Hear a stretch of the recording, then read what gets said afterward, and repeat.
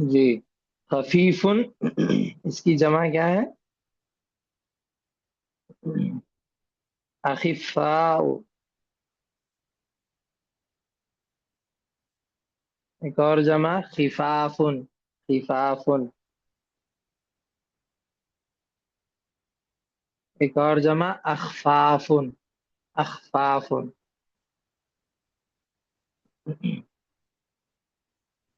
معنی ہے اس کے ہلکا. ہلکا یا پھرتیلا، ایسے بھی کہہ سکتے ہیں آپ. پھرتیلا.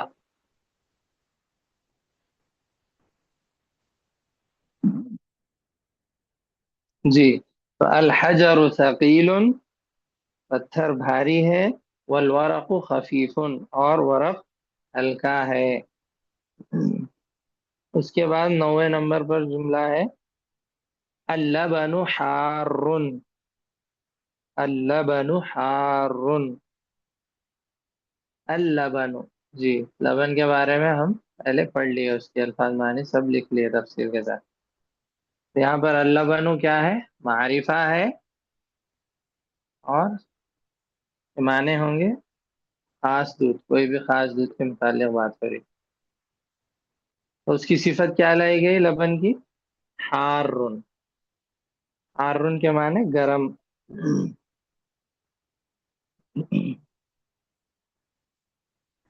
جی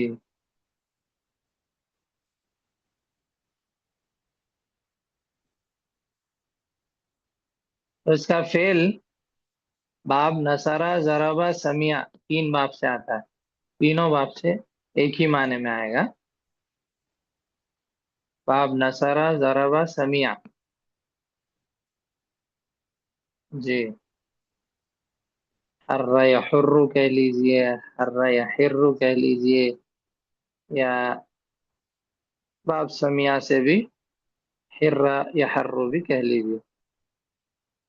تو باب سمیع نصرہ ضربہ تینوں سے آتا ہے. اس کا مصدر ہوگا حرن. حرن. ایک اور مصدر حرتن. حرتن. ایک اور مصدر ہوگا حرورن. حرورن. جی ایک اور مصدر ہوگا حرارتن. حرارتن. حرارت اردو میں بھی ہم استعمال کرتے ہیں لفظ. بہت زیادہ حرارت ہے آج. جی مصدر ہے وہ عربی کا. باب نصرہ ضربہ سمیع تینوں سے. اس کے مصدر کتنے ہیں؟ 4. حرن، حرتن، حرورن، حرارتن. جی معنی کیا ہوں گے؟ گرم ہونا. گرم ہونا.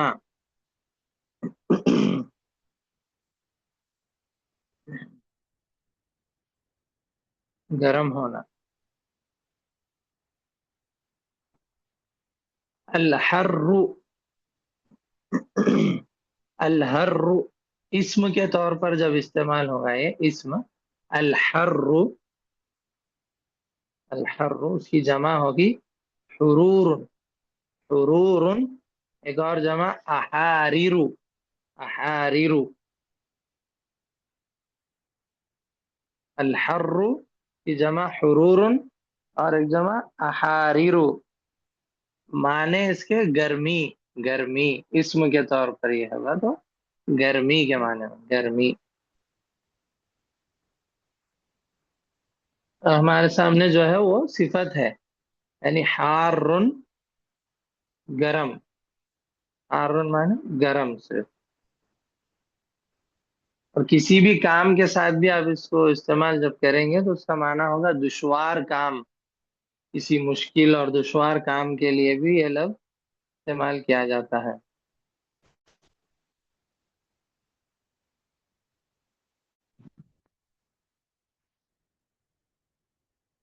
جی تو اللبن حارن، دودھ گرم ہے. دودھ گرم ہے. اس کے بعد 10ویں نمبر پہ لفظ ہے ہمارے سامنے القمیص نظیف. القمیص نظیف. قمیص کے بارے میں پڑھ لیا ہم لوگ. نظیف یہ قمیص کی صفت ہے، یعنی قمیص یعنی کرتا، شرٹ. اس کی صفت بتا رہے نظیف، صاف ہے، پاک ہے، کرتا صاف ہے. جی. نظیف اس کا فعل باب کروما سے آتا ہے. باب کروما سے نظوف ینظف. باب کروما سے نظوف ینظف. مصدر اس کا ہوگا نظافتن. نظافتن، نظافت اردو میں بھی کہتے ہیں نظافت.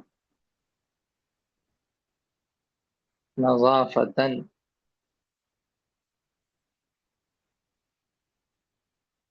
کسی بھی چیز کے ساتھ یہ جب فعل استعمال ہوگا اس کے معنی ہوں گے صاف ستھرا ہونا. صاف ستھرا ہونا. بارونق ہونا، حسین ہونا، اس طرح بھی اس کے معنی آتے ہیں.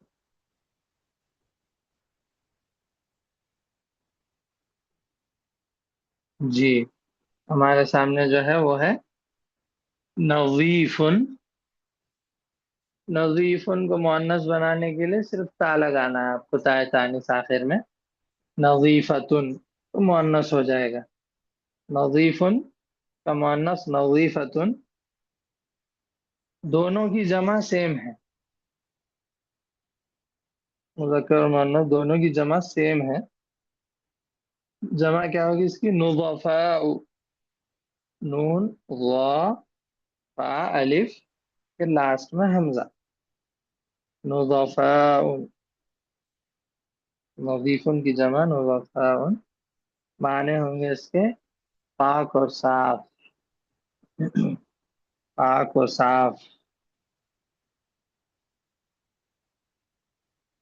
جی. تو القمیص نظیف، کرتا صاف ہے، کرتا پاک ہے، طرح کہہ رہے ہیں.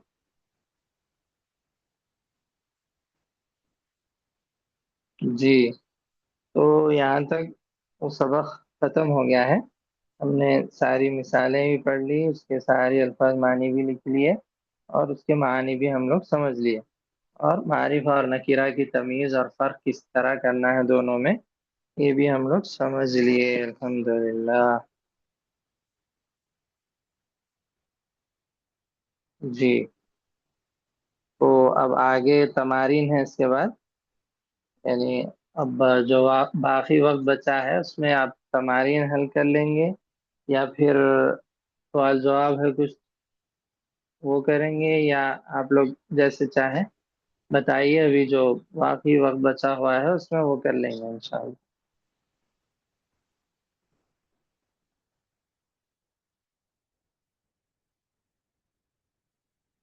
جی. کیا کرنا ہے؟ تمارین حل کرنا ہے.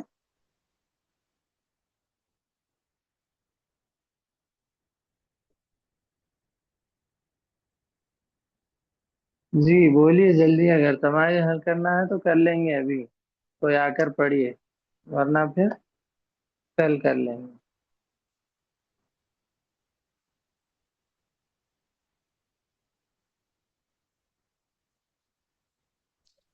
ایک سوال لے لیجیے.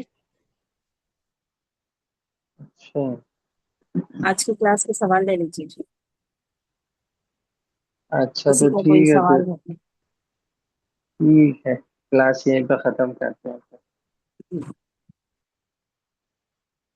وآخر دعوانا الحمد للہ.